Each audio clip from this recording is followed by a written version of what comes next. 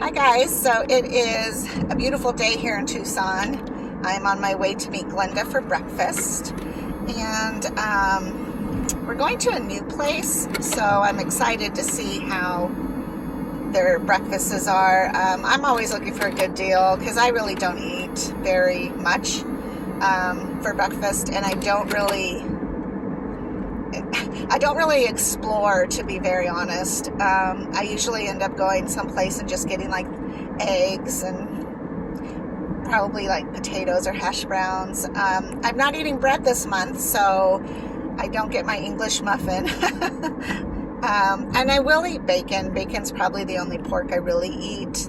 That's just a personal decision I made. I actually on Netflix watched a documentary on Netflix about the pork industry, and I know like everybody who presents something or creates something has their version of their truth and has their version of their agenda or whatever, and so I do take things with a grain of salt, but I really feel like that documentary spoke a lot of truth about what I feel is horrific in pig farming.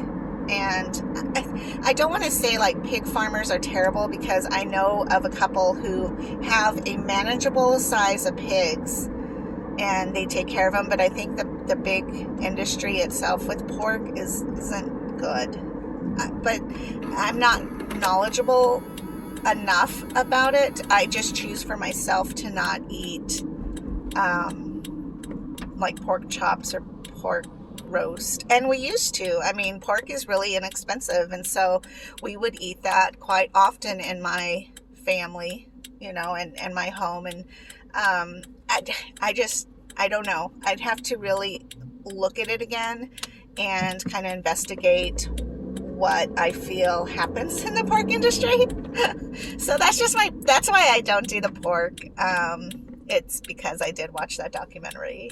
So be it as it may, that's just where I got my resource from. And I've always felt kind of triggered by some of the people who lived in the community where these giant pork manufacturers were at, because when you do have large amounts of animals like that, you still have to deal with like their poop and their pee and death and maintaining them. And that would be true too with like cows or lamb. I just wonder about how, like, a pig will eat anything. A pig will eat each other if they desire to.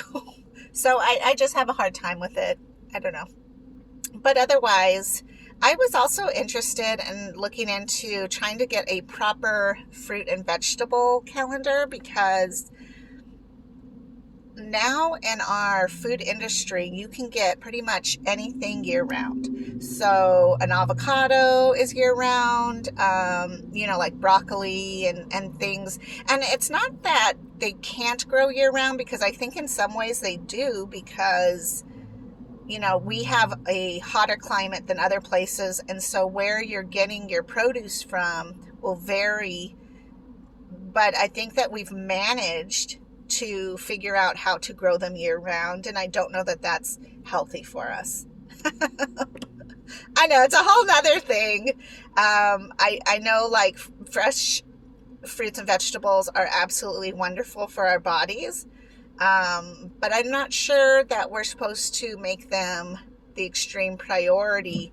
It's a hard situation, because with kidney disease, you do need to stop eating processed foods, but you also don't want to overwhelm yourself with too much potassium. Remember, before we start dialysis, you have to watch your potassium, although you still have to eat it. And then after dialysis, and you're on dialysis, then you have to increase your potassium. So it's a whole big thing, and I'm looking more into it, because I want to see, like, what is it that we're really supposed to eat? Because back in the good old days, we had, let's say we had avocado in the spring, but we didn't eat it the rest of the year, and our bodies we're more healthy and balanced. I guess that's all I'm trying to say, is like trying to kind of investigate a little bit more about like how come our bodies were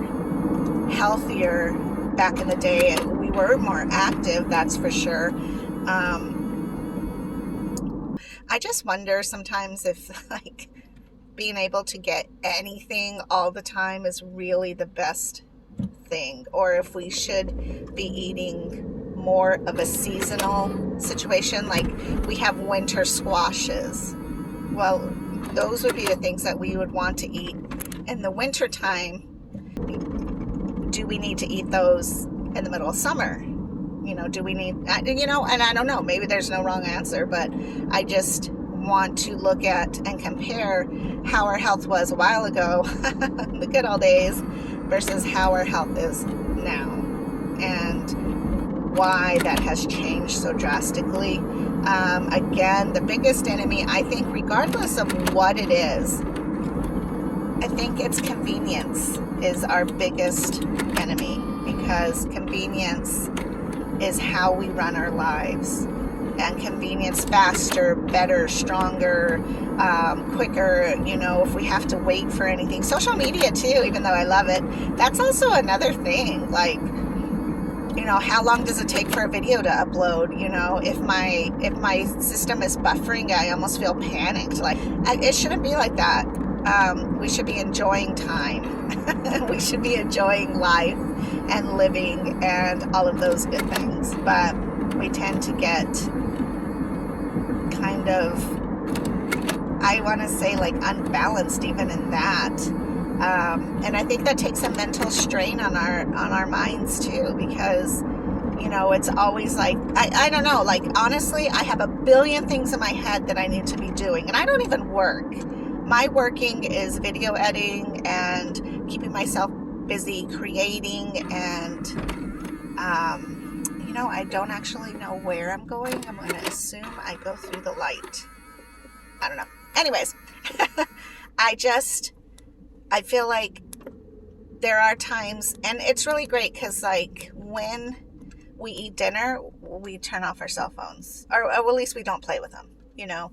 Once in a while we'll like jump on to do something. Like I'll take a picture of my food and post it on Facebook on one of my groups, just to help encourage those who are going through kidney disease. Like there's so many recipes you can make, but even then it's like your mental break from social media or from just all the stresses of life.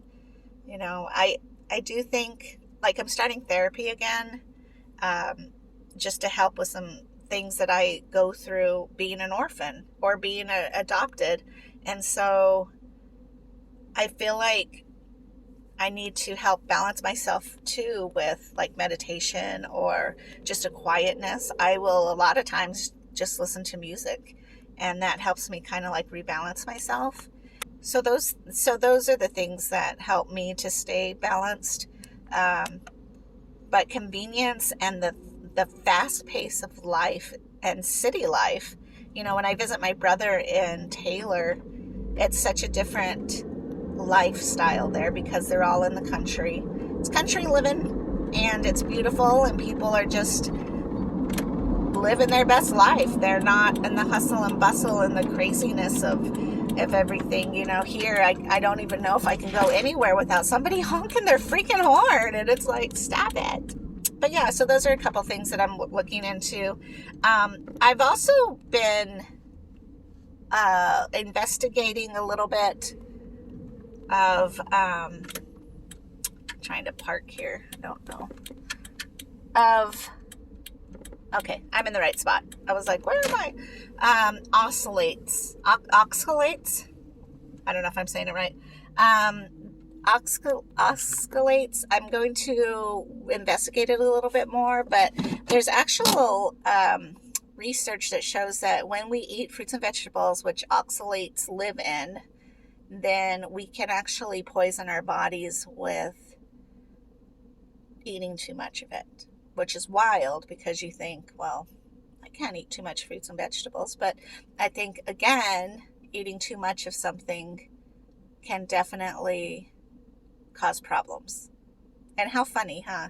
Like, we should just stay in balance. But what does staying in balance mean? And how do we achieve it in this life? I know for my mental well-being that I have to have breakfast with Glenda. I mean, it's so funny, but it's like I have to have that contact with another adult that I can enjoy and like bounce things off of, or get encouragement, or like, don't be like that, or, whatever the case may be. I just need that kind of friendship. And then I also like have some other friends that I hang out with too that, because we need each other, and that helps balance me out. But I'm an extrovert though, so I can make friends with pretty much anybody and hang out with anybody and have a really good time and feel replenished. Whereas an introvert doesn't necessarily feel that way. An introvert needs a break from me. That's pretty much the gist. But yeah, maybe investigating and looking at what refuels you and replenishes you so that you stay more balanced while in PD dialysis is really, really important, because we can tend to just focus on the disease or the steps of dialysis.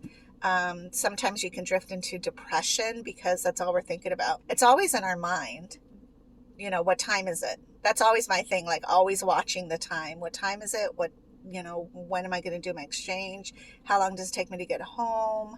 What am I doing tonight? It's never ending, the time issue with being on PD dialysis. But at the same time, there's so much goodness that we can squeeze into our day and things that we can do. And you really start to understand your friends who cherish you and think you're great because they're willing to work around your dialysis time. And that to me is priceless.